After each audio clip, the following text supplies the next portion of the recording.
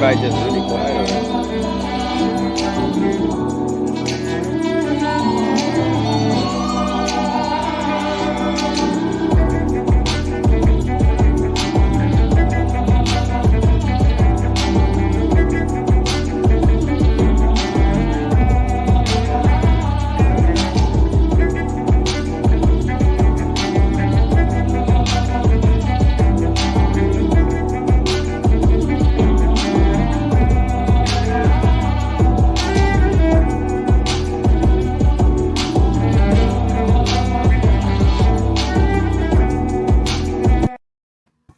Hello, everyone. How are you doing? Look, y'all got to see who I had backstage prior to me wanting you to see, but that's okay.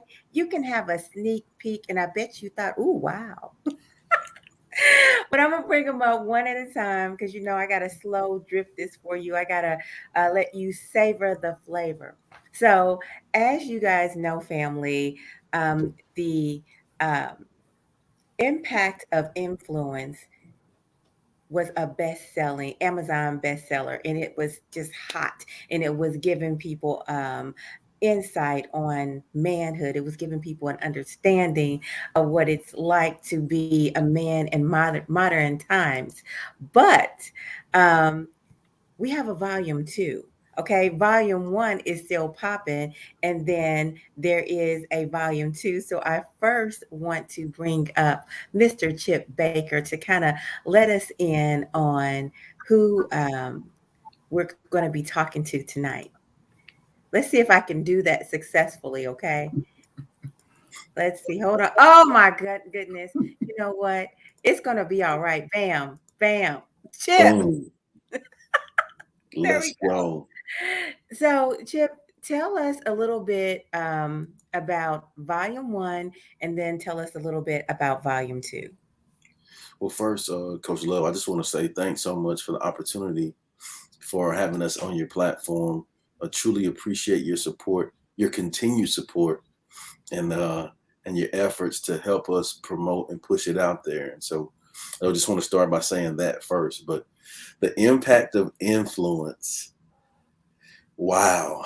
Uh, Hmm. Volume one, we dropped in March, and we Yeah. hit, like you said, we hit number one bestseller in 11 categories. Truly a blessing, truly grateful for that.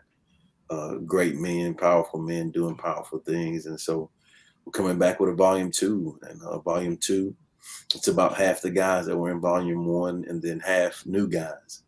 And so this one will be 19 powerful men telling their stories or about something or someone that has influenced them and impacted them in their life, what they learned from it, and how they're using what they learned to make a positive impact in our world today. All right. That sounds really good. I'm just curious. Is there any particular criteria that you use to choose the second set of guys? Um, when you look at criteria, I think the main thing is uh, these all these men have influenced and impacted me, right? And Oh. I think that they're great men doing great things from a good-hearted place. They just Mm. give above and beyond. They understand that they're blessed to be a blessing, and they do so many things to help highlight and raise others up. And so for me, for those that know me, everything I do is not about me, right? I learned that a long time ago in my life, and I'm just grateful that they're getting some light shined on them as well, because I truly believe that, like I said, like they're doing great things and they've influenced and impacted me in my life. And so, man, looking Bam. forward to this journey. Let's go, Go get it. Here go we get go. it. Check this out. Who we got here? Mr. Desmond Jones. Tell me about Mr. Desmond Jones, Chip. Oh my God, Jonesy, that's my guy. So first off, uh, Coach Desmond. Desmond was one of my former players, right? Yeah. And so we have a special bond. Truly happy for him and the things that he's doing. Um, Sports performance guy, doing great things in the life of many. and just can't wait to let him share his story. All right, I appreciate you, Desmond. Drake.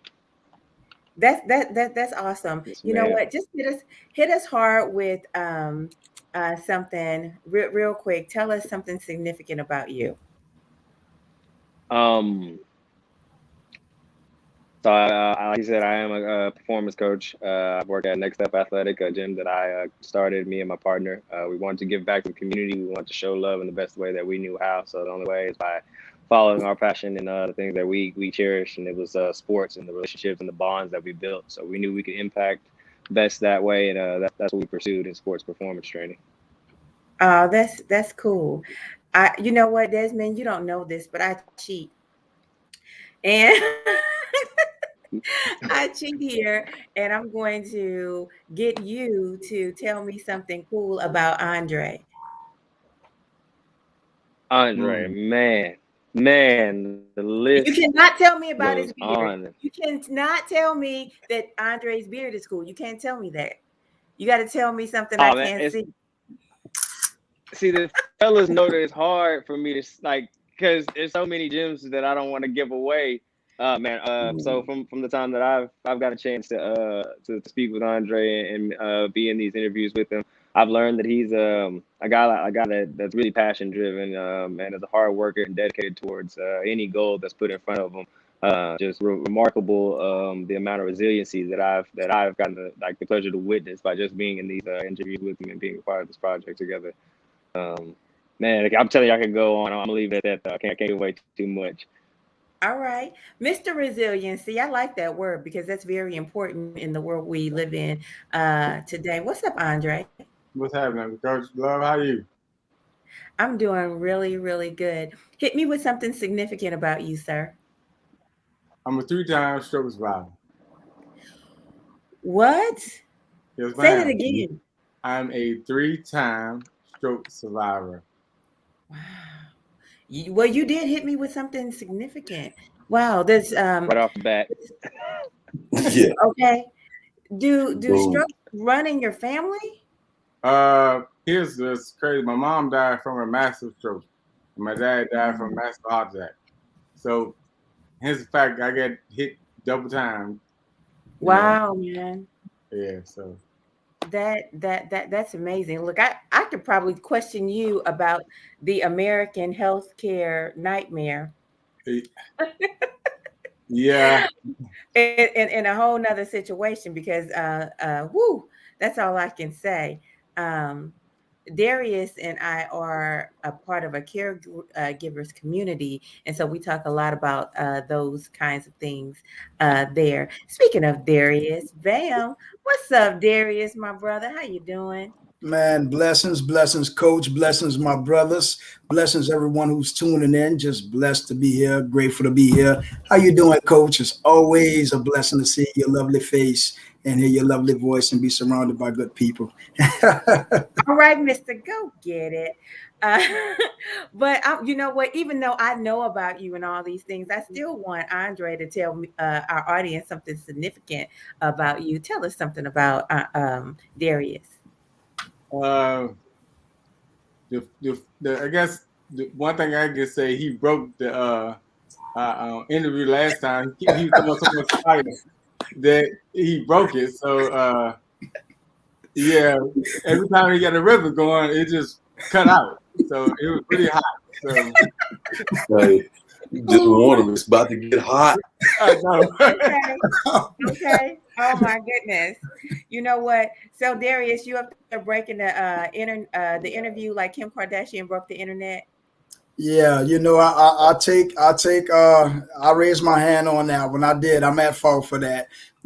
Sometimes when you or well, I'll say it like this: we're all energy, right? And sometimes when you have an opportunity to have your energy flow in a direction in a certain way, discrepancies will always present themselves. So if we think about football for a second, red line, goal line defense, you're right there at the goal line, you're about to push this thing in, and they're doing anything and everything to prevent you, right, from pushing the ball, from moving the chains, from adding those points on the scoreboard. And that particular day, Okay, goal line defense was stacked up against me so heavy. But you know what? I did not stop. I did not quit. If I had to call an audible, I did so. Anything I needed to do to punch it on in, I did just that and score. You know what? There you go. There you are. You know what? What's significant about you, Darius, is ready and apparent, and it is your passion. But I could choose to let you say something significant Man. about yourself, even though it's already jumping off the screen. Man, Coach Love, coming from you, and I said on the screen, behind the cameras, how we talk, Coach, and also my brother Chip and my other two brothers right here, it's everything that's being said here, guys, in front of the camera. I promise you, there's no makeup, there's no scripts. This is all organic. So what we say in front of you is exactly what we say behind, each other's back and all in a good way. But, what's significant about me, I can say that God has given me the opportunity once more to open my eyes, have my heart beating, my eyes open, and I'm still breathing. And he allowed me to experience the contrast, whatever contrast that is that I'm experiencing, and also to turn that contrast and present it as my content, not only for self, but also to empower and enable others who may be going through whatever the journeys are that they're going through in life right now. There we go. There we go. Last but not least, here's the love bug. What's up, DP? What's happening? Lady love. See, I have to give you proper acknowledgement. Lady, queen, it's a pleasure to be with you. To my brothers, it's always good to see y'all. It always rises, elevates, changes my location and elevation. Like I said, I can't do all those things at once, but I can tell you it is a joy to be with you guys this evening. Awesome. DP, I know where you stand, and that's why I called you Love Bug. Tell me something significant about you, DP. That I am the product of love. I am an accumulation of frictions and challenges that have all been bypassed, surpassed by love. I should not be here, but I am supposed to be here. And in that, every victory that I achieve and every victory that I'm around is, as Brother Chip says, it's not for me, it's for we. And we had a victory this past week.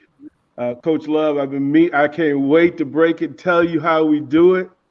But listen, officially as of September 1st, I own a radio station in Lincoln, Nebraska.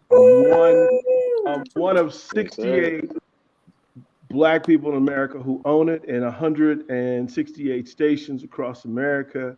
I have my one, but it is a gift, it's a blessing, and it is simply there to tell anybody that their anything is possible. That is awesome. See, I couldn't have dreamed of that. That's the universe and that higher than and that greater than that let it know, and nobody can ever say that the thing that you dream about, the thing that you want, the thing you aspire to is impossible, because it is. That is amazing. I'm so proud of you. You know what? I thank you for sharing it widely here on the network. And behind the scenes, so I'm just thankful that you just dropped it. It is amazing. I'm very just in awe of how God has blessed you. And DP said that he is, one of very few Black people to own a radio station. So I'm not going to have everybody answer this question, but go, ooh, if you just have a burning answer. How are you being affected by being a Black man these days? I'll tell you what, the effect that it has on me personally, and I'm pretty sure that my other brothers can, speak upon this and also may feel the same. It affects me in such a way that I don't have to say anything to my wife and my kids to know that I'm being affected by something.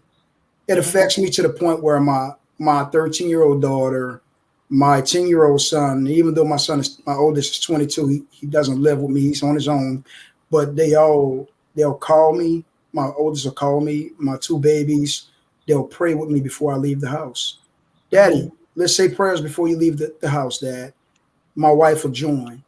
And that's something that we do on a daily, but they go to extra effort now just because of the discrepancies and or challenges that we're faced with on a daily basis. So, even if I do not say one thing about what it is that's bothering me outside of my home, my kids and my wife, they know and they cover me. We huddle up, we get it in before I leave out so I can come back in the same way I left out. All right. So none of you guys are white, but and I don't know if you guys have had um, any conversation with your counterparts about this, but do you think white masculinity in today's modern times is very different than black masculinity in today's modern times? Absolutely. Absolutely. In a sense that, and I've lived in Salt Lake City, Utah, Houston, Texas, DC, born and bred, LA, etc. No matter where I've been, there has been a constant, and it is conversation. And Mm-hmm. I explain to people that my aggression, my physicality, my physical presence, being a large black man in America, puts several things in play for me. That means that I have to be careful who and when I bark, who I bark Mm-hmm. at and when I bark. That's not always the case for people of other colors and races. It's not necessary for them. It's not set up for them. But I create fear and angst when I bark. When I spread and get large, I understand that that's what most of my white male friends don't have that issue. They can be themselves in the truest form. I have to be situationally aware of where I become larger than, louder than, uh, and in most cases, darker than. Mm. I asked that question with this in mind. I was listening to a live stream, and it was a white man, and he was expressing his place in the world and expressing how his place in the world had changed. As a matter of fact, he said, "When I used to be a white man," and the person he was talking to said, "Well, you're still a white man." He was like, "No, no, no, no, not like I used to be." Um, and so he has experienced a, a leveling off, and he was actually stating it in frustration. And so, me as a black woman, I can see things changing. Um, and it's not necessarily bad or good because I feel like we're all in an earthquake together. I see masculinity changing as women are expanding. I see black masculinity um, cha- uh, uh, changing and trying to adjust from being or from existing just in the patriarchy of a white masculinity and the baby boyhood of um, of of being a matriarch in the black community. Because in the black community, the woman said and she said a lot of times. It's that nature of being a strong black woman in contrast to in white families, it's like dad said. And so it's not to say black men are not strong. It's just that in black families, women have a stronger role. It's just what it is. At the same time, I see this powerful movement by white females coming up. And so it's like we all have been put in a bag and we're all being shooken up together.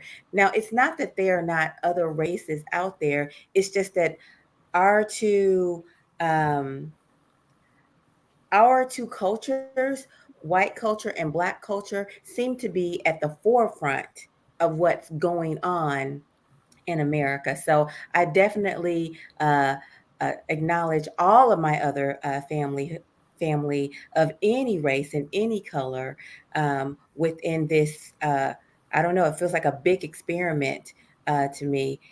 And I honestly feel like it's by the grace of God that we're not a big mess. I mean, I know times are hard, but we are not in an actual civil war and we are not having actual bloodshed. And I think, on a regular basis, like, back in actual civil war time.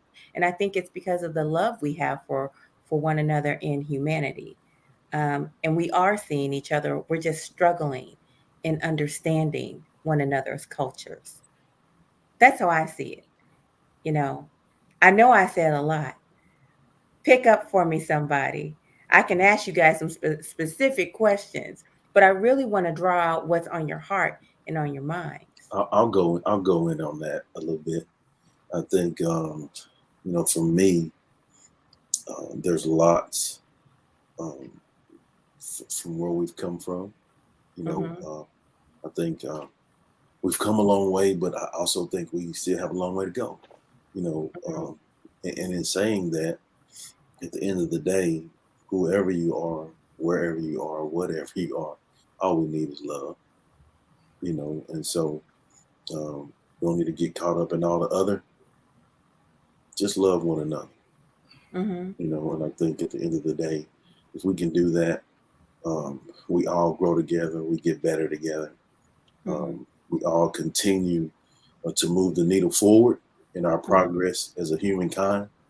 I think, if we can just love, then that'll fix a whole lot of stuff, So in the book, give me an example that you can highlight, any of you guys that you can highlight that might help someone love, be love in action when it comes to dealing with somebody in a different political sector, or not wanting to wear a mask, or the critical race theory. And I'm trying to push us towards the hot and hard items of today, because trust me, I know how to love. I know how to love hard, and I know how to love deep. But at the same time, if I'm not teaching somebody else how to um, love hard and deep, I am really losing my echo. I'm not. I'm just being one. I can be this, or I can be this, strong together, and I'm wanting to help equip. That's why I do these shows, so that we can equip one another on how to navigate real life hard situations. Man, coach, listen, I have to jump right on in on that because, you know, oh man, brother Chip, brother DP, they hit on it, right? And you've been hitting on it. It's in your name, Coach Love, right? It's in your love. It's in your name. I heard you say you love deep. I heard you say you love hard. And I heard you say that, you want to love like this. You don't want to lose your echo. And you also asked, how can we highlight a tool to be utilized in this area that can not only be used by self, right, but also be used by whomever. Really have a one size fit all, a true one size fit all. And I think the best way, personal experience, also observation of mine, what's helped me all of these years that I've been alive and old enough to understand that once we become marginal, we become marginal. And there's no growth within beyond those margins that we've set. And I think the way to truly love is, first, we have to add the word unconditional in front of it. And once we add the word unconditional, love, you love for no reason. And I've been married to my wife for 25 years, and I've never told my wife one true reason why I love her. I just give her a collective of, but also remind her that none of those reasons that I just presented to you are the main reason that I love you. I love you for no reason. And so that love spills over to each of my brothers on this panel, to you, my sister, to whomever is listening, to whomever I have ever had discrepancy with. You see, I've never stopped loving them because my love is truly unconditional. And in the flesh, some of the things that I do and or say, I may be looked upon as weak. I may be looked upon as scary. I may be looked upon as vulnerable, whatever the world want to title it as, because I'm still an unconditional lover to those who may have wrinkled my clothing or balled up my paper or whoever broken my crayon. I still give them the other half so they can continue coloring in their life as well. I don't try to destroy what remains because I'm an unconditional lover. And I'm going to be that way till God calls me and transition me to wherever he needs to call me to. And I just believe that when we exempt, deplete, and get rid of the expectations, I expected Coach Love to jump up and down when I scored the touchdown, but she didn't. Well, did you realize that Coach Love had nachos and the drink in her hand and popcorn on her lap, and she couldn't jump just when you scored and you looked over and she wasn't doing it like you thought? So now you're upset because of expectations. Okay, she loved and cheered differently. So the minute we love without the word unconditional, and we add expectations to any area of our lives, at that very moment, we present a marginal lifestyle and we give room and growth and area for discrepancy to emerge. And we all know that negativity doesn't take any encouragement to grow, but it does take some time, energy, and effort to be positive. And I think the best way that we can start off with that is by adding the word unconditional before we even think about adding that word love. Man, that is the coolest thing. And I think that you hit the nail on the head with this statement, love for no reason. Love for no reason. It's like, why do you give somebody a shot? Just because. Why are you being nice to them even though they're wrong? Because, you don't have to treat people badly just because they have a challenging past. Okay, so I am fascinated about by your depth of affection towards your fellow man. Um, Desmond, you've been very quiet. You've been very quiet. Tell me I'm what you're. listening. Go ahead. Tell me what you are picking up from on in this conversation. I mean, there's so much. Go back to your ideal of black masculinity in the community. Um, from what I've seen growing up, I mean, for me, I have a single mother, so the ideal of her ruling with her iron fist was, what I mean, it was the only way to keep all of us, together and in line to understand that the things that she's doing daily were for our best interest. And once we kind of understood that, the things that I did were for my sister's best interest, because I'm the oldest boy of five girls. So for me, the whole black masculinity idea came up, kind of hit resonated because that was what I wanted to be the standard of. So for my siblings, I wanted to be the ideal of black masculinity as far as where I set the standard of how I conducted myself, my goals, my ambitions, the things the little things that I did to make myself better, in order for them to grow off of what I'm doing. So like when I think of the ideal of black masculinity, it was always this idea that I created myself anyway, for the ideal of I got to be this for them so they know what to expect when they're out looking for what they want in the future. But that was just one of and Darius, man, he started talking about love and loving unconditionally, and I was just trying to think about how I reflected on myself. Like, what does that mean to me to love unconditionally? Well, that's my positive vibe, and I see it as the way that I conduct myself, the energy that I give off to others. I'll usually attract that back, regardless of their background or how they or where they're from, or when we cross paths, I'm gonna give you respect and I'm gonna give you positivity, and if I can help you some way, I will. So that's why I love unconditionally for no reason. But that would be there too. Just a lot of points to resonate from here. Okay, that is awesome. Andre, I am just dying to pick about part your health history, but you don't have to you don't have to go there if you don't want to. I'm going to ask you this. Have you felt put in a box at any point, and then how did God get you out? Um, First of all, I put it. I put myself in the box. Okay. Because of the fact of my behavior when I was growing up. You know what I mean? The way I did certain things, I was I not knowingly or unconscious knowing that I um, put myself in the room with my principal, because I from seventh grade to 11 I was in her office, so it allowed me to be disconnected from people, right? And so it allowed me to be not in a place where it was a good thing, so to speak. You know what I mean? It just is, you know, when you reflect in your life and you look at what's going on with you, and then you don't look at it, you just keep moving, you just keep doing stuff like automatically, and then one day you get hit.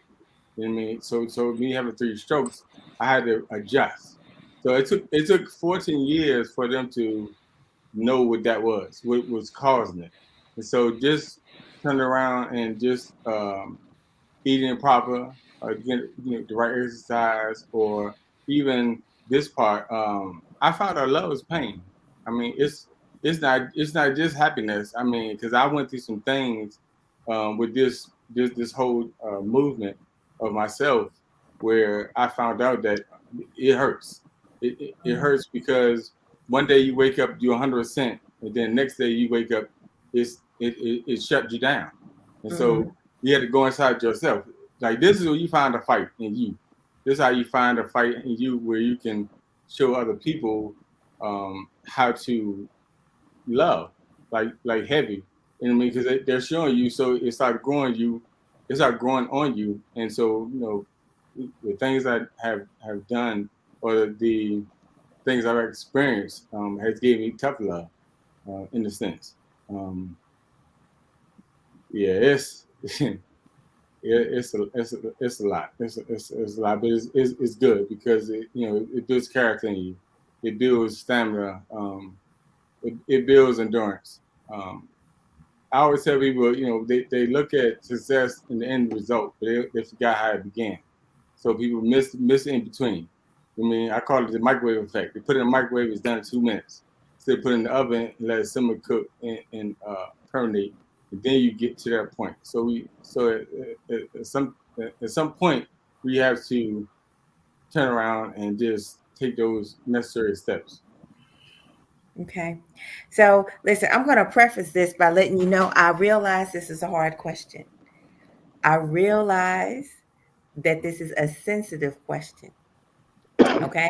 I want you to know that. But in the light of um, this Me Too movement, in the light of all of you guys being powerful men, I'm hoping that you can provide some insight to my young men and women who are out there. And I'm going to say this: in a room full of, if I was to put 10 women in a room, at least 9 of them would have experienced some kind of sexual, forced sexual situation. By the same token, if I was to put 10 men in the room, at least 6 of them would tell me that they personally know of someone that was accused of rape or forced sex, and it wasn't true. You guys are athletes and you're powerful men. I'm looking for advice. What are we telling both our fellas? We're going to do the fellas first. And what are we telling our girls to help alleviate and protect themselves from these very rocky waters? Because it is It's horrible to have that done to you, and it's horrible to be accused of something that you did not do. Okay? So, how are we talking to our young people about this subject matter? You know what? You're going to have an unshakable faith, and it's going to have to start at a very early age. And your exposure and or your experience plays a vital part in the ingredients of your upbringing, your thoughts, whatever adjustments needs to be made, the strongholds and voices in your life. And if you do not have that stronghold and or voice underneath your roof, you're going to have to find it outside, but it's going to have to start with you. And I know it's easier said than done, but it's a must. If we Mm-hmm. do not know who it is that we are, then we'll believe whatever it is that someone else will tell us. We'll accept the love that isn't love. We'll accept treatment that isn't great just because we want to be accepted. And sometimes that abrasiveness can be there presenting itself. And 9 times out of 10, an individual will accept it because they're not receiving anything else from anywhere else. And so they think whatever it is that they're receiving, it's okay when it's absolutely not. And it alters everything. And so what happens is we become a magnet towards that behavior because we're accepting it and we don't know how to say no. We don't know how to say yes. We don't know what it is that we want to say. And even if we do, we're not bold enough to say it because of the experiences that has grabbed us by our shoulders and has shaken us in a way that now we don't even know what direction we're going into. And that goes for our young men, that goes for our young ladies, that even goes for us as adults right now. Many of us are saying yes when we absolutely want to say no. And we're accepting things that we do not want to accept in our lives. And if we have that kind of behavior early on because our mother did it, our father did it, the person that we believe in and trust in, they did it, they said it's okay.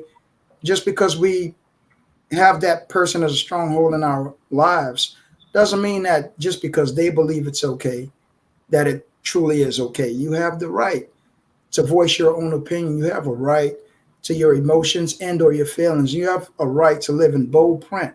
And whatever your bold print is, that's exactly what it is. And many times it's hard for us to utilize that and or express it because of those individuals who are presenting what life is truly all about from their experiences and not necessarily listening to those who are trying to say something so they can come to a conclusion of what it is they feel and how it is they want to deal with it. And I just believe that, if we don't have a strong belief and or presence of who we are, then we're absolutely are going to march to the tune from everyone else's drum, trumpet, and whatever other instrument that they're playing. I like to piggyback on some of that Darius was saying too. I think for me, I think that there's three major components to that. When you ask the question, and the first is whoever you are, young man, young lady, whoever, you need to know that you have value, Mm-hmm. right? And I think when you start from a place of knowing that you are worthy, you have value, then that helps you with the next two processes, two steps that I'm going to mention. Knowing that you have value, then there's some things that you don't put yourself around, right? There's some things that you don't do because you know you have value, right? And that helps you. And I think the second component is having a keen sense of awareness. Be aware, being aware of your actions, being aware of your surroundings, being aware of the people that you put yourself around, those kind of things. And then the third component for me is making good choices. And so you just ask yourself, should I be doing this? If you're thinking about it, then the answer is probably no. So I think if you can do those three things, know that you have value, be aware, and then make good choices. I think if you can do those three things in every situation that you're in, it helps you to not be in sticky situations, if that makes sense. For sure. Now, there are 5 of you on here, and I would be remiss if I didn't mention the Central Park Five. I don't recall them doing anything that would have them in a sticky situation. I don't recall the guy who was watching birds doing anything to put him in a sticky situation. And what's troubling me these days is that it is so easy to be accused of something, and by the time you're accused of something, you're already um, guilty in the public eye. You know, if you're just an average Joe. So how are we getting around that? How are we helping our young people with being tried in the court of public opinion? It's not like when I was young, you know, these days, Twitter, YouTube, Reddit, um, I don't know, Yahoo News, whatever you think of, what is that, TikTok? They already got you before you even got a chance, before you even had a chance to even figure out what's going on with you. Yeah, coach, it's easy because everything is edited, right? So instant gratification. We want it. And it plays the same role in everything else. Everyone wants that instant story and they're running with it. No one is taking the time to watch the full movies anymore. They're watching the, presentation, they're watching the snippets, the sizzle reel, and that's enough. Everything has to be so quick. The attention span is what, 7 seconds. And if I Mm-hmm. don't have you in those 7 seconds, I'm already done. You're gone. You're on to the next thing. If I'm not coming with the full blown combustible explosion excitement of whatever it is right at that moment, you'll never know the full story. You'll never, we're not doing replays anymore. We're just calling whatever it is that we see the athlete running at that time. And I'm not just talking sports, I'm talking life, right? You have to be careful how you send a text message because it can be read with a different emotion than you intended it to. Mm-hmm. Why did they say it like that? Hey, Darius, what's going on? I'm good, bro. Or I'm good, bro. No, I didn't mean like I'm good, bro. I'm like, I'm good, bro. What's good? But if you are not careful on whom the source is, okay, we all want things at our fingertips and we have it, but no one is willing to make the bed the right way. No one wants to pull off all of the covers in the sheet. No one wants to take the time to get all corners so that fitted sheet can fit that mattress the right way. No one wants to come with we just want to just throw covers on and throw the pillows wherever they land, and we're good with that. We're running with that. And that's in our conversation, that's in our health, that's in our spirituality, that's in our finances, that's every area. You're short on your bills this month because you have not yet switched up what you did from last month. So things are going to remain the same, and that's in every area of life. So people who are being accused and those of us whom are believing it are the very ones who are not taking the time to watch the whole movie without falling asleep, without fast forwarding to our favorite part, without skipping it. We're not paying attention. So we're taking notes from those who are not, giving us what it is that we need that's going to have us solidified righteously in the areas of life that we are traveling. And that's why it's so easy to believe hearsay, because we're not taking the time to study for the test ourselves and see if we can get the passing grade. We're just going to go ahead on and copycat from someone who's popular or from someone who studied. And we don't know what they're studying. They just said they studied. You do the work. Find out what the story is before you point that finger, because someone can point that finger right back at you, and when we point it, we have a few pointing right back at us. So be mindful of that. I like that. Is there any particular story in the book that would help someone if they got their narrative hijacked? Because what I do notice in this day and time is that anybody can almost hijack a narrative and start spreading an idea about you, and it take off.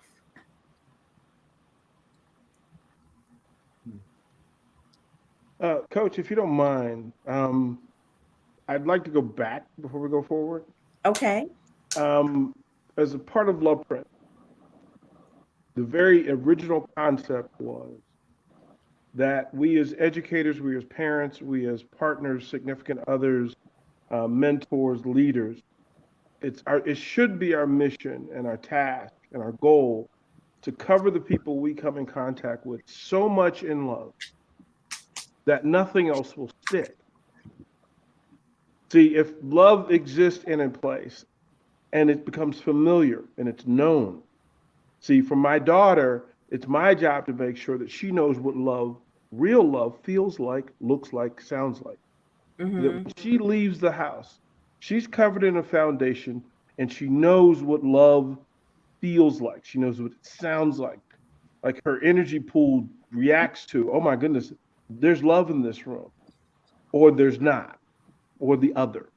So when she goes to school, she takes the love that I put on her at home and adds it to the people in school who need the extra love that she's covered in. And all the love that's on her covers them. And then that place becomes more covered in love and more love-based. See, the teachers, me and Chip sitting in a room, anybody that walks in Chip's class, it knows, like they sprint to the door. Why? Because they know love is there in the room waiting for them, and love is welcome there. And see, whatever's going on, whatever negative thing is happening with them before they get to Mr. Baker's class, they know that it's going to be handled and taken care of. And then they're going to leave there more covered in love than they arrived. And then they're going to walk into school. And guess what? One high five becomes another. 2 hugs become 4. And that's how it happens. The teachers get it. And then they go out into the community. And guess what? The love that Mr. Baker put on his people is in the community en masse. It's in live in numbers. And guess what? He's consistent. He did it yesterday. He's going to do it today. He'll do it tomorrow. And through massive numbers and being consistent in the message and the action required from it. See, your significant other, guess what? The idea is you're so covered in love at home that when you walk out the door and that other dude strolls up, guess what? They already know. Nah, bruh, this is not necessary here and it's not welcome here, right? I don't have to worry about what the significant other is doing out in the streets. You know why? Because I covered her. She knows it. Everybody else knows it. Hey, man, leave DP's woman alone. That's not how we getting down, man. We're not going to do that. And my young men that I coach understand that they get love from the moment they walk into the space. They're going to go to work, but they also know that, look, I know how this feels when somebody treats me this way. So when they leave, they take that with them. And any young lady that they cross paths with, any teacher, any friend, like my dudes know, if somebody's sitting alone in the corner at the lunchroom, hey man, that dude needs love. We got to get to work. And they're not treating young ladies or their friends or people in the school that way. See, because I teach my young men and the women who manage for me that they have no enemies. See, I'm not anybody's enemy. And I can say that to anybody. Look, man, I don't know what's going on with you today, but I tell you what, I'm going to hit you with a smile and I'm going to tell you, look, I'm not your enemy. And we can work out together what's bothering you. Look, the mission of Love Prince was simple, and I'll repeat it again. The mission is to cover the people that we come in contact with. And that's any people that we come in contact with. More in love, leave them more covered in love than we found them. That's it. That's humanity at its greatest, at its simplest, at its purest, and at its best. Look, when I walked into this room today, you know what? My smile was here because I knew this was a room full of love. And I also knew no matter how much love I poured out, the 5 of you were going to cover me more in love than I came. That's how we get down. That's what leadership is. That's what the influence, the actual breakdown of influence and impact, my impact is, and our impact should be. If we're living. I am definitely with you 100%. And I know how love and action can change things. You guys know the situation with my mom. And so I've had to navigate some interesting waters, particularly in this time of COVID. And so my mother was in a rehab facility, and how I decided to do things, God put on my heart to just bring these people snacks. I was bringing, Pepsi. Pepsi is magical because you give somebody a cold Pepsi and they're just like, like, I got it. I mean, it's really something, you made their day. So every day I came in with my cooler full of Pepsi. I had chips and all kinds of junk food that's bad for you, but made you put a smile on your face. Okay. So I definitely had that going on. And there was a lot of appreciation for that. And I had one of the therapists ask me, why do you, why do you bring us snacks? And it's actually a snack table that was set up in my mother's room. Wow. And I just filled it all with snacks every day, replenished it. I even had the little cup of soups and uh, the macaroni and cheese that you could just add water in, all that kind of stuff, just to help sustain people. And I said, this is just how I roll. That was my simple answer. So I was just giving the love out. At the same time, I was able to see other things going on. I was able to see the burnout in people. I was able to see the frustration in people, stuff that didn't have anything to do with my mother, my mother, but it was affecting everything. And um, I remember the woman across the hall uh, complaining about her care, and she would yell out into the hall because she felt that they weren't coming. And trust me, through these what has it been, like almost 6 months, I've experienced some challenging times in that. I told that story to say this: you can put a whole lot of love out there, but there are still some tough things that are going to happen. And what I'm asking these wise men is, help me give advice, give understanding, give information to our audience so they can navigate those challenging waters, because the waters are still rough. And just to make it all biblical for you, when Jesus and his disciples were in the storm, okay, and the water was hitting the boat, he was at rest, okay, and he did tell the waters to calm down, but there was still those moments where there was panic and frustration and confusion. How do we help people navigate in that moment, because stuff is still happening? Man, Stuff. coach, it's so crazy that you say that because, I had the blessing and opportunity. Man, I'm so grateful for my brother Chip, man. Y'all have no idea how much I love this dude, man. I'm not lying. I don't even feel like I'm worthy to be on this panel right now, man. This guy does so much and no one really knows, man. And, brother Andre, brother Desmond, brother DP, myself, Coach Love, man, we're so blessed to be, man, to be walking in line, not behind. Chip doesn't play that behind stuff. We're going to walk on the same line. We're going to walk in one straight line that goes this way, not that forms that way. We're all walking together, and I'm just so grateful for him. I had the pleasure, the opportunity, and the blessing, most importantly, to be in volume 1. But volume 2, Coach Love, is exactly what you're illustrating right now. My chapter in volume 2 is themed Peace Be Still. Mm. And it's just what you're talking about right now. We experience the turbulence in life.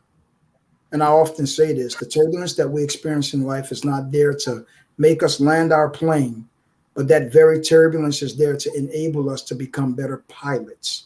So continue to throttle up and go get it. And I mean that with every fiber in me. See, growth, we all want it, but we don't want the turbulence that comes along with it. Jesus lied in that boat asleep, while those who were in that very boat with him, they panicked, they freaked out, they worried, they stressed. That's life. We're supposed to have emotions, feel them, and continue pressing, but it's when we add the letters AL to that very word emotion and we become emotional, we give over control. So we freak out about everything. And if we can learn how to activate our faith, Come on. because faith is an action word, Yeah. only then will we have emerged in our lives that very peace, be still, that Jesus illustrates for us.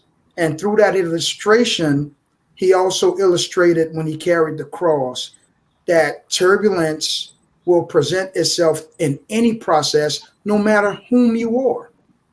Jesus could have snapped the finger, could have blinked an eye, could have spoke it away. But he went through it so that when we go through our go through, as my brother chipped in says, grow through what you go through. And many of us have to hit rock bottom with Pam. Many of us have to hit rock bottom with Steve.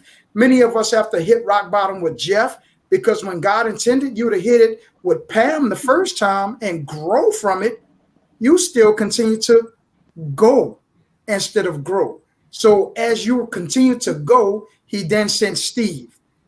You still didn't grow with Steve. He then sent whomever else he sent. You're going to continue to go until you grow. And if we don't exercise our faith, activate peace, be still in our lives, then the turbulence will always get the best of us. We'll always freak out when we're in the darkest room. We'll always freak out when the yes that we need is spelled N-O. So we won't experience the prodigal son experience at that moment. You're wanting something that you're going to have, but you're wanting it at the wrong time. Right person, wrong time. Right person, wrong time. So anxiety kicks in. We're anxious. We're anxious. God did not give us the spirit of anxiousness. God did not give us the spirit of fear. Those aren't things that he has given to us. Those are things that we sculpt in our own lives. And we're all going to go through a process. So the best thing, once again, unconditional love, fall in love with the process. It takes 12 years to become 12 years old. It takes 13 years to become 13 years old, not 12 and a half. Not next month is my birthday, so you can say I'm 13 now. Whatever your 12 on your way to 13 moment is in your life, appreciate, celebrate, experience, breathe in, take in every moment, for this is the day that the Lord has made, and he said rejoice and be glad in it. Not if it doesn't rain, not if your dad takes you to the game, not if your mom says yes to the new whatever it is that you want, not if your fiance, husband, wife, whomever it is, boss, I have the promotion, I have my, scratch all of that. Peace be still. Peace be still. It's so hard to do it when you're going through it, but it's so easier to say it when you're speaking it to someone else. But even as you're speaking it, they have no clue that you have just experienced the worst moment of your life. And they're thinking just because you're speaking in a way, everything in your life is thumbs up, green lights, all the money in the bank, every toy that you want. They don't know your brother just dropped dead. They don't know you just received a phone call that your mother have cancer. They don't know that you just had your very first child, that you and whomever have been trying to do so for 10 years, and you only have 2 months to live. And you're the happiest somebody. And they're saying, well, it's easy for you to say it because you're not going through what I'm going through. You haven't been through anything. And you don't battle with them to see who's going through the worst moment. You just encourage them, peace be still. So, Darius, I'm not going to let you answer this question. I'm going to make somebody else answer this question. Coach, don't sit me on the bench, Coach. No. I'm not sitting you on the bench, but when you were talking, you reminded me of something. But I already know your answer is why I'm not letting you answer this question because we've had this conversation. What do you tell somebody when they are 35 but living like they're 25? In other words, they haven't matured all the way. They're not gaining from their time on this earth. How do you help that person? Now you see why I'm not going to let you answer that question. I Yep. already know your answer. I do. Andre, Yes. tell me your mindset. Tell me what your all that beard you have. What kind of wisdom you have in that beard for that question? That's a good question. So I'm gonna take my time with this one. What do you tell a 35 that's being 25? You're not ready yet. You like it's like we all are rushing to be ready, but you're not ready yet. And then so there's always steps to getting to mentally 35. So the mental thing is now you got to look at, okay, now what do you put inside there? Like what are you reading? Who are you around? Like what are you absorbing? I feel like you still have to be a sponge until the day you die. You have to find those things that is going to, fill you up. Like as I'm sitting here, I'm trying to focus, but y'all, I mean, I'm focused, but I'm like, I'm so fired up in here. Darius just throwing punches. I'm like, man, let's go. I love the contact. But a 35-year-old, I could use myself. I had a rough time at 35 because, like I said, I was 2 years after my first stroke, and I had to sit down, and I found out that okay, I'm trying to act 25, right? But that's my mind saying that, but my body was telling me something different. And so I had to sit back and say, okay, what do I need to put in myself to become 35, so to speak? You know what I mean? So I had to read certain things. I had to pray a lot. And I had to meditate a lot. Like I every day I pray before I get out of bed for 7 straight minutes. I just thank God for 7 minutes. I don't do nothing else but that. So that tuned me up to be bigger and be better. Just because you 30, like I said, just because you're 35 don't mean you're 35. You're there by number, but are you there by mental? So is your mental capacity or your frequency there? If it's not there, you're not ready. Like you're only gonna be ready when you're ready. So are you doing those things?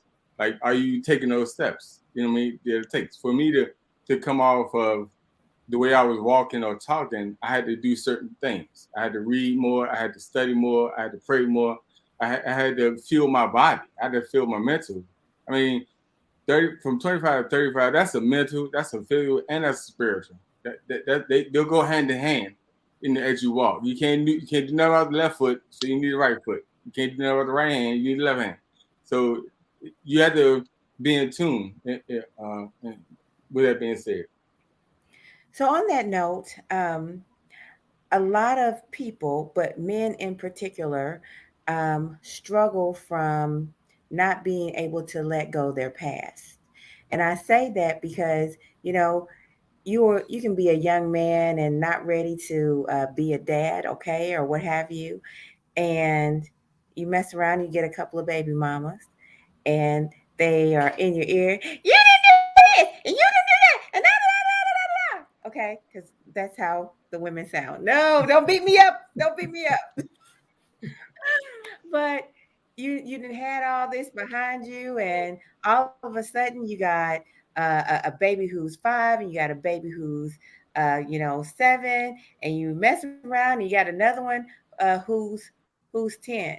Okay, you got some back child support on you, and you have earned this reputation of kind of being, a layabout. But one day something clicked. Okay, one day something clicked, and you decided to be a man. You decided to be a man. Okay, and you even married a woman that you love and you are faithful to. I'm really telling somebody's story. I am telling somebody's story. You guys probably know somebody like this. Okay, Your kid who is 10 don't like you because they think you're not nothing. Your kid who's 7, um, not sure about you and looking at you side eye. And your kid who's 5, you finding that you really don't have time because you got to work a whole bunch of hours. You got to you got a wife now, and now she happens to have 2 kids that you're trying to be a father to. I'm just being real. Is this a real story, fellas? Tell me. Is this real? Hello? Oh yeah, it's somebody's story. It's just so that's somebody, that is somebody's story, and it's more than one person's story. It's the real deal. I'm just going to ask you, give this person that I just told you about, because it's, the real deal. What would you say to this man? What would you say to him? What kind of advice would you give him? And I'm going to start off with Chip because he got some wisdom. I think for me, less equals more. All of the stuff I'm hearing is if this situation, somebody else, man, control the controllables. Like, okay, be intentional, be in the moment each day, do the best you can with what you have today. Like, don't worry about all of that other things happen, right? Like, don't hang on to all of that. It happened. Control what you can control today and keep it moving. Then tomorrow, hey, control what you can control tomorrow. Keep it moving, right? And you just stack those days, because if you get caught up in thinking about all that other, you get overwhelmed and feel consumed. And I think that less is more. I like it. What I heard you say is cut off the noise. Yeah. Eliminate the distractions. Go to work. Go to work. Go to work. Okay. DP. Oh, man. Well, I'm gonna get you, Darius. Go ahead, DP. I'm gonna get you. I'm gonna get you. I'm pick up where Chip left off. DP, what does that look like in your world? Give this young man some real advice. I know the young man. That young man had a child out of wedlock at 30. Was grinding, but he thought he was doing what was the thing to do. And until you have to do a whole lot of what you don't supposed to do to know what you should do. Like, you don't know who you are until you know who you're not. The baby will provide some opportunities, or it can provide friction. Mm-hmm. What that young man had to learn, that as a whole, to be a whole man, he had to stop leaving pieces of himself all over the community. He had to focus, as Chip said, do less better. Like, he had to do more of the good things and less of the bad things, but leaving pieces of yourself, being fractured in your intention, being fractured in your affection, being fractured in your focus causes fractured results. And for that young man, he had to learn to be still. He had to learn to be still. And in being still, things came to him that he had missed before. Details, great details, information, lessons learned, all those things came to play.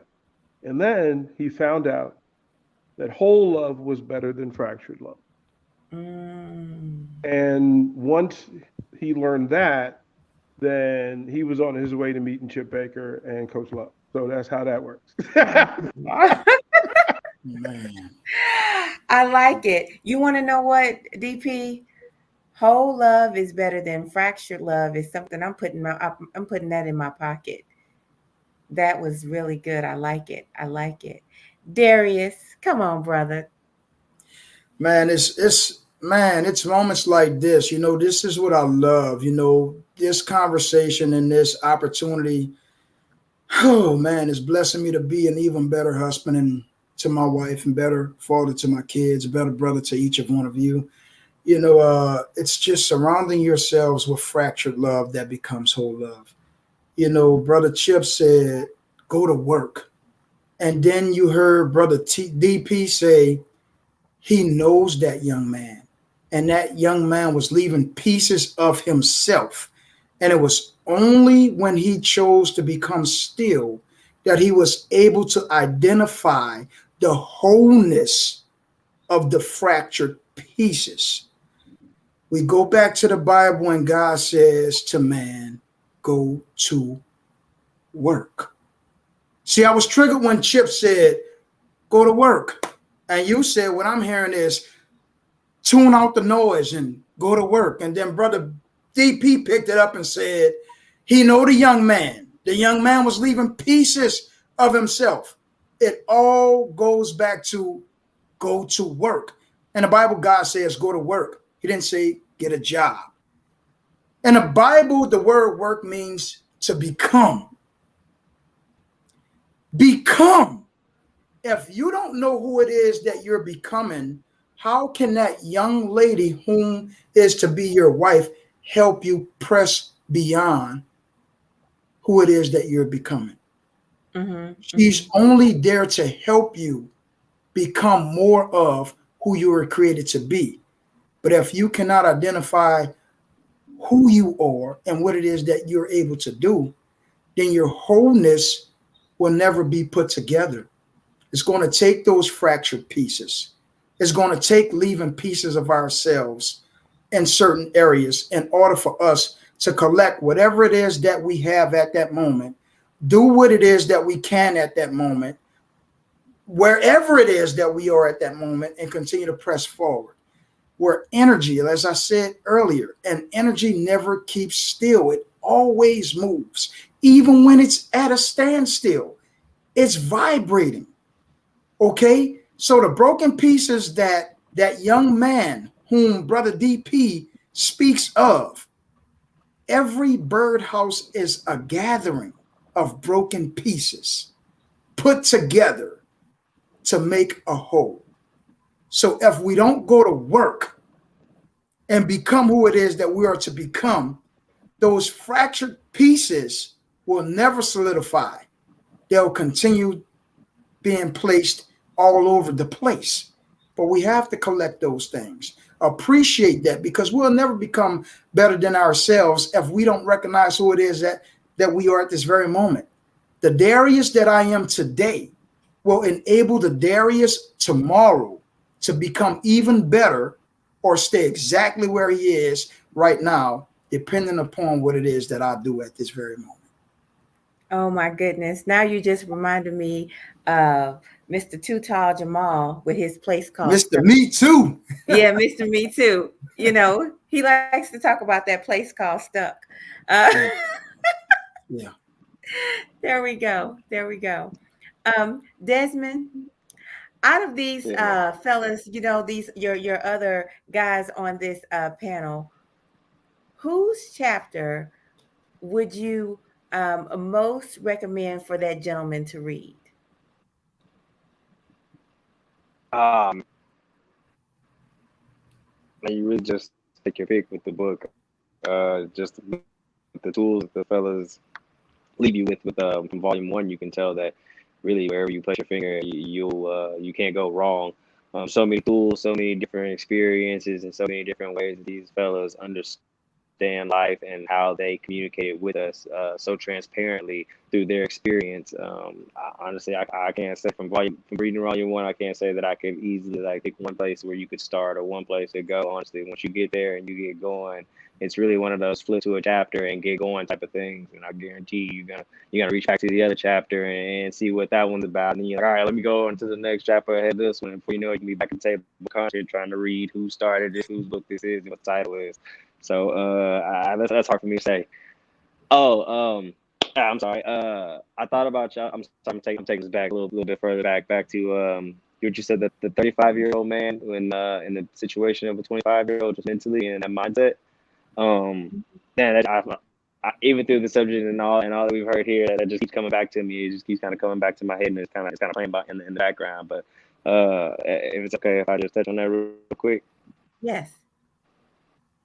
Okay.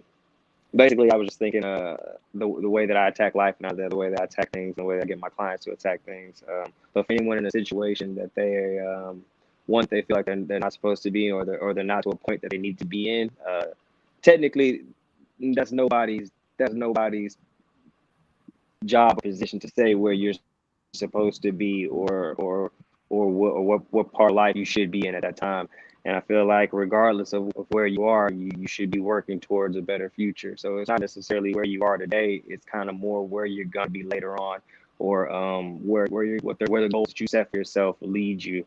For anybody in any situation, 35, 45, 50, if you have a house and if you don't have a house and you're 30, or you have a house, you're married, in those situations, I always see people have the hindsight to do better. And as long as you're willing, and you're willing to give the effort towards any goal, no matter your age or your stature, you can accomplish it. It's not necessarily what man puts in front of us. It's more so of like the anointing that you feel on your life. And if you're willing to trust and believe in yourself the wholeheartedly throughout any situation, I believe that regardless of status, you will accomplish whatever you set out to accomplish.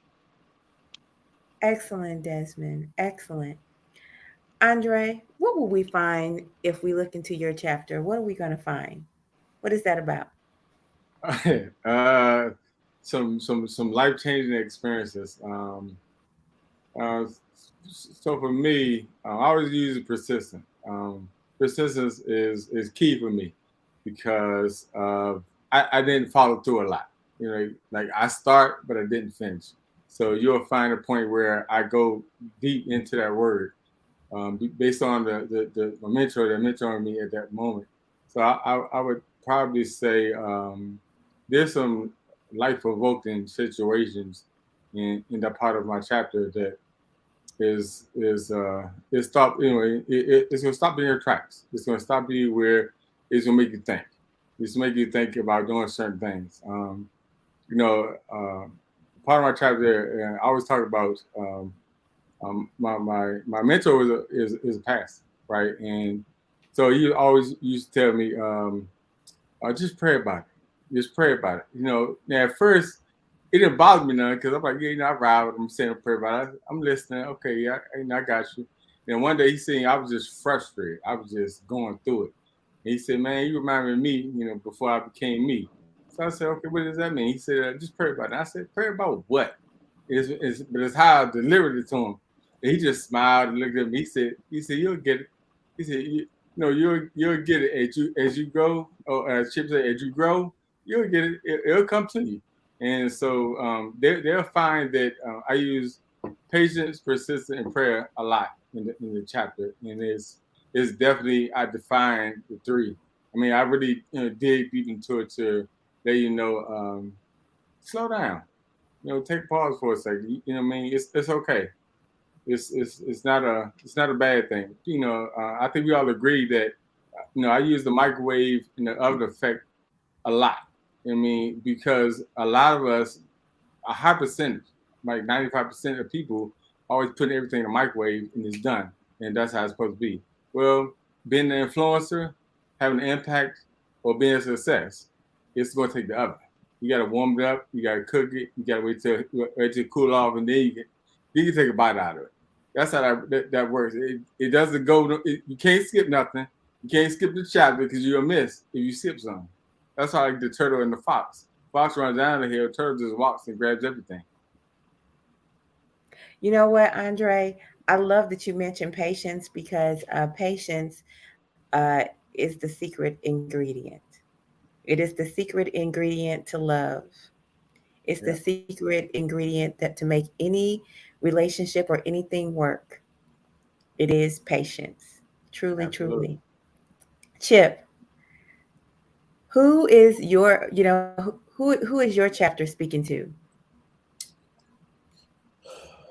My chapter speaks to those that don't feel they may not have value to influence and impact. And so we have to understand that the big man made us all a one of one. So just that in itself tells you that you have value, and you can offer that value to the world to make our world better. DP. Now, Jeez. I went through, and Chip knows the story that I've gone through several different versions and chapters and stories. And I landed on one that meant something to my hometown. And I grew up in Arlington, Virginia, just outside of DC, in a very segregated space. But it was sports that allowed us to cross boundaries, culturally, physically, etc. And in my community, there was a home, there was a place where black, white, blue, brown, Catholic, Christian, Jewish, under that roof, you were all equal, same, and family. And we all have that place where we grew up, whether it was the Rotary Club, the Optimist Club, whatever it was, whatever little league thing there was. We all have a place where you identify with people from your hometown. And the moment, no matter where you are in the world, if somebody says the name of that organization, if it's done right, you smile, you hug, because you know you found another family member. And those families blossomed. There's in Arlington County, there's an organization called the Black Knights. And the Black Knights only because Arlington was a very high military area. So imagine Fort Myer and the Pentagon. So a lot of folks were Army. So if you think of Army football, it's the Black Knights. So they took their colors, and with those colors, they invited everybody. And if you were somebody's mama, you was everybody's mama. If you was somebody's brother, you was everybody's brother. You knew that no matter in a time of need, a crisis, a Black Knight would come running. And through that, some 50 years later, I am still friends with the Black Knights. Like those people, we still get together. Like we still hold the little cards that you get when you're 9, 10, 11 years old. Aww. Yeah, because it was a part of who you were. And to me, it taught me what love was. That love was family. Love was friendship. Love was being a good teammate. Love was community. And in Arlington, for all the things that they went through, one thing that they absolutely got right was the Black Knights. The Black Knights were exceptional. All right. I love it. Now, Darius, you get a hard question. Who in the Bible does your chapter speak to? Wow. Who in the Bible does my chapter speaks to? I have to go back to Jesus, who was only brought to earth to experience what it is that God did not know. And what I mean by that is God did not know thirst. So Jesus had to come here to experience that. God did not know pain. God did not know sorrow. God did not know a lot of the things that we know in the flesh. So Jesus was brought here to experience that so that we can have the illustrations to help us navigate through the hardships and the challenges that we experience today. And without those illustrations, the things that we go through today, we would think that we can never overcome them. We could never emerge into a greater self. We can never use whatever it is that's going up against us, the Goliaths in our lives. We will never have our inner David provoked so that we can conquer it, take his sword, remove his head, lift it over our shoulders, and prove to ourselves and or others that we are more than conquerors.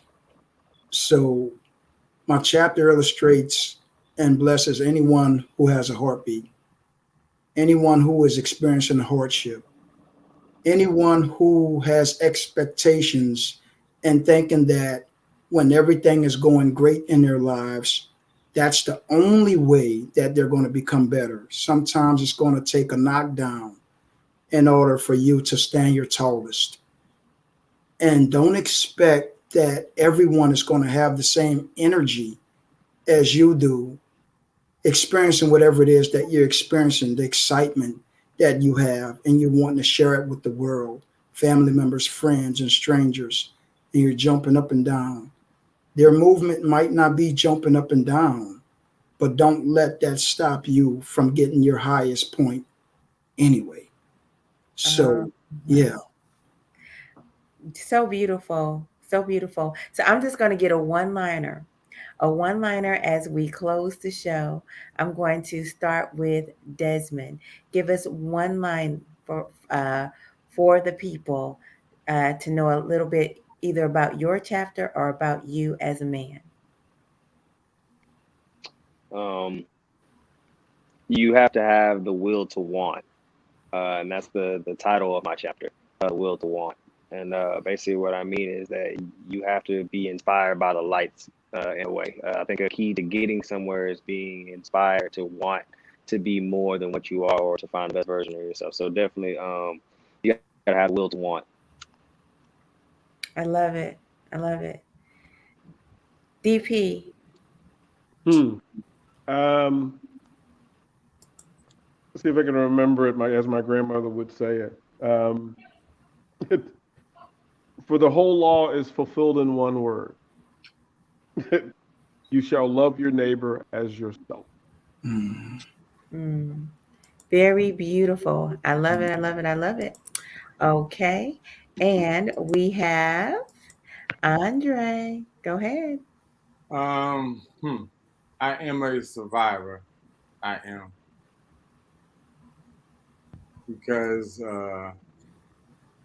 you have to be uncomfortable to be comfortable. All right. I love it. I love it. I love it. I love it. Hold on. You know, we have to let me try to work these things right. Okay. Darius.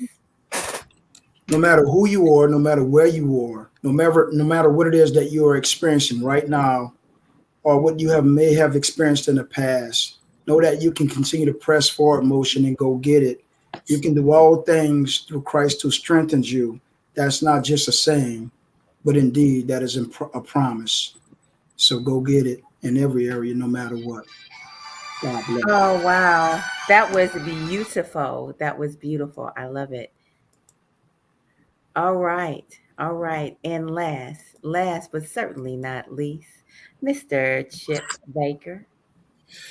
It's pretty simple for me, Coach. Whoever you are checking this out, you. Yes, you. Your influence can make an impact. So go get it. Oh yeah. Oh yeah.